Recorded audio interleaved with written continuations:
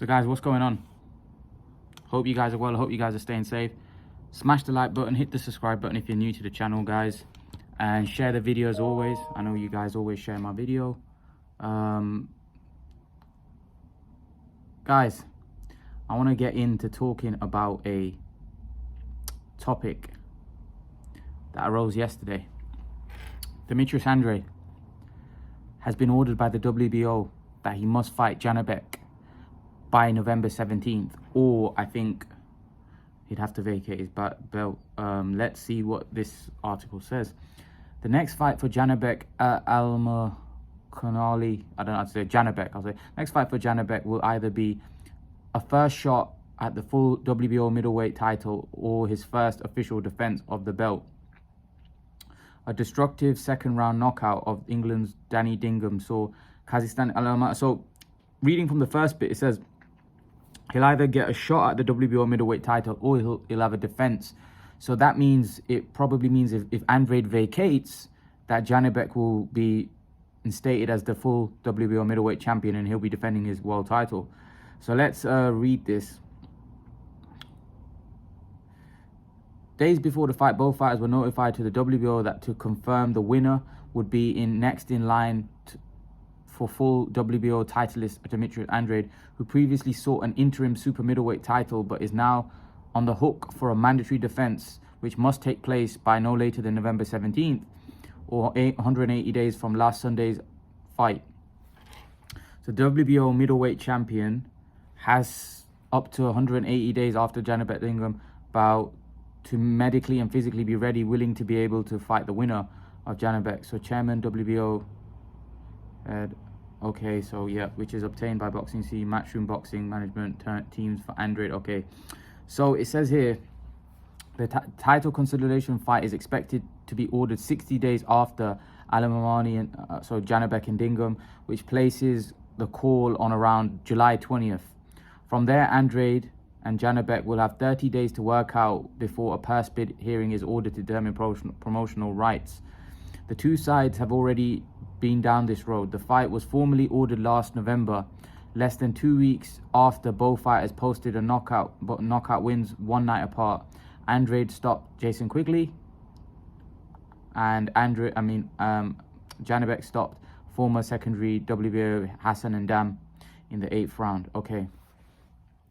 Negotiations went nowhere, with Andrade and Matchroom spending more time trying to secure an interim super middleweight title by England's Zach Parker than working out terms with Janibek. A purse bid hearing to determine promotional rights was postponed 4 times and cancelled outright once the WBO agreed to sanction interim title fights at super middleweight and middleweight. Andrade and Parker was approved, but the two sides was unable to reach an agreement. The fight went to purse bid, which was won by Queensbury Parker promoter, who sought to stage the fight, and obviously Andrade was forced out with injury due to his shoulder. Proof of injury was submitted to the WBO. So proof of injury has been submitted to the WBO, who was informed the unbeaten southpaw will be out the ring until at least September. WBO middleweight champion is not medically and physically ready, willing to be able to fight.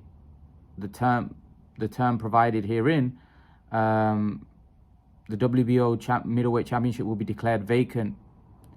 The WBO championship shall be recommended to WBO committees. Okay, so it'll basically be made vacant if he's not ready to fight by September, I believe. Okay, so let's chop this down. Demetrius Andrade and Janibek. So Demetrius Andrade will have to fight Janibek, and I think they are obviously gonna probably write to Andrade by probably July, and I think he's gonna have to probably make his decision on whether he's gonna be willing to defend his middleweight title. If not, then I think he will be stripped or vacated or whatever. The title will be vacated if he's not ready. If he's not medically fit to fight, then I think they will basically strip him, from what I'm reading, or he'll have to vacate, and Janibek will fight for the WBO middleweight title in his next fight. If Andrade accepts the fight, which I don't understand how is he going to accept it, because I thought he was in negotiations with Zach Parker and he was going to fight Zach Parker next. I don't quite understand how this is all going to play out. Is he under contract? So how is this all going to work? Because the WBO has put this out there, but how is Andrade going to come to terms if he says, okay, I'm going to fight Janibek and I'm going to defend my middleweight title? And I thought he had already vacated his WBO middleweight title. How come he got to keep it? So obviously he had some kind of agreement with the WBO, but now Janibek is obviously putting on the pressure because he wants to fight for the WBO title. And Andrade's kind of been cornered off here because I don't know what he does. Personally, I think he's going to go down the Zach Parker route. I think he's going to avoid Janibek. I think it's too dangerous a fight. Low risk, high reward. You know, I I was talking to Christian, and Christian was saying, well, Andrade will beat. It's all good talking about him beating people on paper. Beating people on paper doesn't mean you're going to win in the fight. You know, anyone can come up with some kind of analytical analysis on who's going to win a particular fight. That's not how fights are won. Fights are won inside the ring. And Andrade's not really fought many top quality opposition inside the ring. It's all been analytical from his fans, breakdown on how he's going to win the fight. You know, that's nonsense. I don't give a crap about all of that. I want to see him win fights in the ring and then you get credit. Not the fact that he's got this kind of style. There's a lot of things when you're breaking things down analytically that don't come into it hard. You know, your chin. You know, sometimes you get caught with a peach of a punch and that's it and the fight's over. You know, it's boxing. One mistake and the fight could be over. The point I'm trying to make is that Andrade is backed up in a corner here because this guy is a really good fighter who people are very high on. And Andrade seems like he doesn't want no parts of it. He doesn't seem like, because it's clearly said there that Andrade and his team weren't willing to, they were negotiating for 4 months or whatever, and nothing came of it. So Andrade don't want to fight Janibek. Let's be brutally honest. I like Andrade. He don't want no parts of this dude. And I know I've got people like Claude on there and this, that, but he don't want no parts of Janibek. On my channel, Claude, he likes Andrade as well, but even he's frustrated. Any fan that's neutral is frustrated with Andrade's situation because he's not fighting anybody. And to be honest with you, the only time I'd give him a pass now for not fighting Janibek is going straight into a fight with Benavidez. If he does that, then I'm happy with it. But if he goes and fights Zach Parker, you know, and he's not obliged, if he's contractually obliged and he signed it, firstly, you have to ask why he signed it. Now, people will say, oh, well, it was an eliminator for the WBO so he can become mandatory. Well, he could have fought David Benavidez, and I'm pretty sure he would have been mandated. Benavidez is probably the top ranked in probably most governing bodies. I'm pretty sure Andrade would have been mandated anyway if he had beat someone like Benavidez. But instead, becoming mandatory for Canelo is what's that going to gain? What's he going to gain by becoming mandatory? He's like, that's not going to gain anything because Canelo does what he wants. He goes up and down, right? The fact of the matter is we need Andrade to fight somebody. And going off this article, it seemed like Andrade didn't want no parts of Janibek. Now, Janibek is a very high risk, high reward. If Andrade had beaten, people would have said, well, what did he really bring? But he's also got a risk of losing because this guy's good. And he would easily be Andrade's best opponent by a country mile, right? So Andrade's in a bit of a difficult spot now because now the walls are closing in on him and he's got to make a decision. Because this guy is a guy that wants to fight you. And he's no Quigley, he's no Liam Williams even. He's much better than that. So the point I'm trying to make is the walls are closing in on Demetrius Andrade very quickly and sharply. So he's got to make a decision now. He's got to make a decision on what he wants to do. And I like Andrade. I've been a fan of Andrade. I think he's a guy that's been unfortunate. However, he's now got to make a decision. Nobody wants to see him fight Zach Parker. But if that's what he has to go through and he's contractually obliged, you know, he's got to do it. But personally, if he cannot take that fight, I'd rather see him fight Janibek or David Benavidez. You know, I think he's got injured. Look, that fight was supposed to happen soon. Then it probably would have given him an option of fighting again this time. Again this year once towards the back end of the year. Now he's not going to be able to do that. This fight must take place by November 17th. But for some reason, from going off the negotiations they had previously, according to this article, it was the Andrade team that didn't really want to fight Janibek, not Janibek. And rightfully so. Andrade's a bigger name. Andrade's he's the guy that held the belt. Of course, Janibek want to fight him because Janibek is in a position that Andrade has been for majority of his career, chasing Canelo. Now you can understand why Canelo doesn't. What does Canelo gain from fighting Andrade? Yeah, Canelo could have gained something at 160 if his was an undisputed fight. So you've got to question why didn't Canelo take that fight. However, you've also got to question why Andrade ain't taking this fight. You know, this is what I'm saying. The same excuses that these people say, and Janibek is, and by the way, you wouldn't say Andrade would be the most credible guy that Canelo's got in the ring with. You'd have to say that Canelo's got in the ring with much better fighters, with much higher reputation, like i.e. Golovkin. Right? When Golovkin was 35 in his prime. Right? So he's got in with more credible fighters than Andrade. Right? The point I'm trying to make is Andrade hasn't got in the ring with many top fighters. Janibek would easily be his best opponent. So what excuse does he have not to fight Janibek? Especially when there's a general consensus around that there's a lot of people that think he can beat Andrade. Do I think he beats Andrade? I don't know. I'd like to see it. I would favor Andrade, but at this point, I don't know with Andrade. You know, he's injured. He's inactive. He's old. He's getting old. You know, so I think it's a good fight. And Janibek seems like a beast. So if that's the case, let's see Andrade fight him. I remember when Andrade was going to fight Janibek, or he was talked about fighting Janibek. A lot of his fans were saying, look, this is a much harder opponent than Golovkin. You know, Janibek is like Golovkin. And then all of a sudden, Andrade didn't seem like he wanted no parts of Janibek. Everyone started saying, well, what does he gain from fighting Janibek? What does he gain? Nothing. You know, they changed their tune very quick. Look,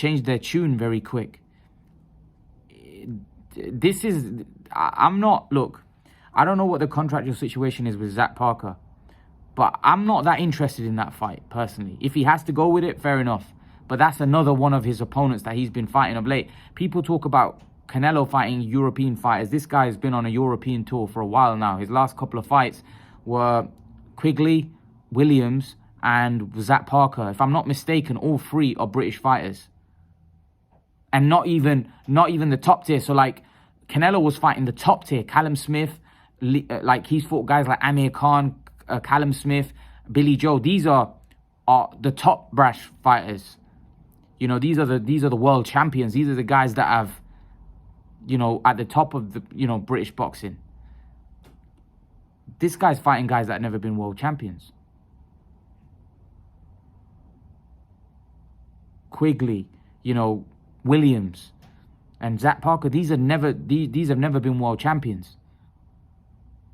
They're not even huge names in the UK. So the point I'm making is that the walls are closing in on Demetrius Andrade, and he's got to make a decision on what he wants to do. And for me personally, if you ask me what I think he's going to do, I think he'll vacate, or he won't fight Janibek. Not for me. I just don't see that fight happening. I think it's too dangerous. I think it's too good. He's too good a fighter. And I don't know whether Andrade will be willing to take the risk at this point in his career when he feels he may be on the verge of some big fights. Which won't look good for him if he does vacate, because it will show that as soon as a good mandatory came up, he didn't want to know. That's never a good sign. Kell Brook was accused of that. When Errol Spence became his mandatory, there seemed to be a lot of dodging, but he was very quick to take all of his other mandatories, which were light work. But he ended up fighting Errol Spence. So fair play to Kell Brook. So let's see if Andrade does the same, or Andrade decides to avoid this fight, because for me, if the Zach Parker's not a must fight, look, even Frank Warren said that, you know, we've not heard from Demetrius Andrade. And he didn't say anything about he has to fight. It didn't seem like there's a obligation in the contract for Demetrius Andrade to fight Zach Parker next.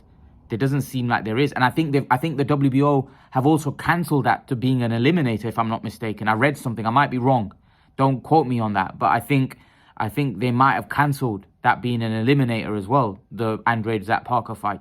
So maybe that now is no longer the case. So Andrade may look at that fight and think that, why do I need to fight him? So if that's the case, then that leaves Demetrius Andrade with two options. Either jumping in a massive fight at super middleweight or fighting Janibek. So he's got to make his mind up very quickly.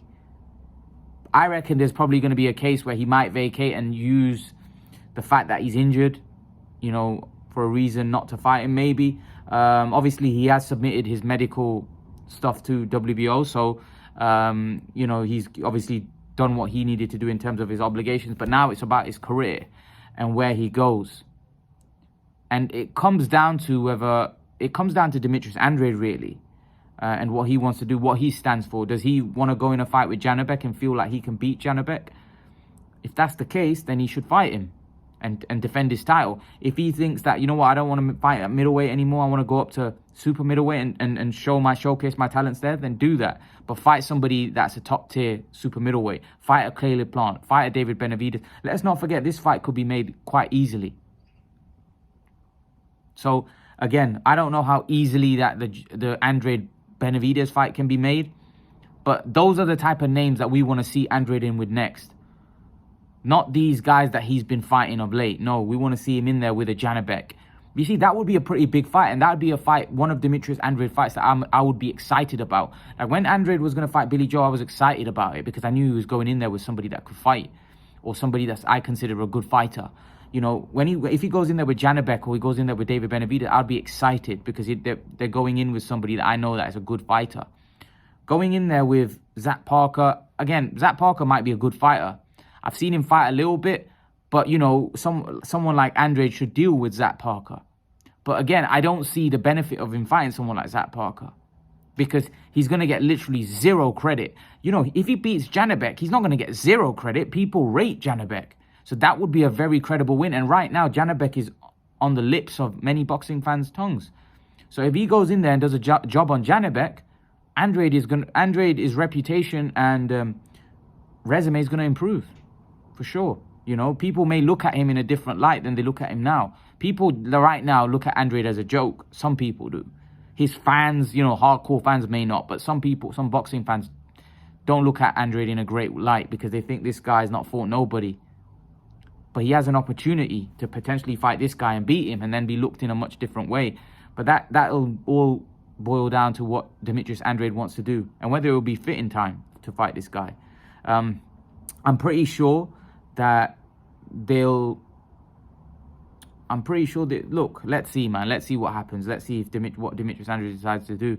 But leave your thoughts. Let me know what you think in the comment section below. And I'll see you guys in the next video. Peace.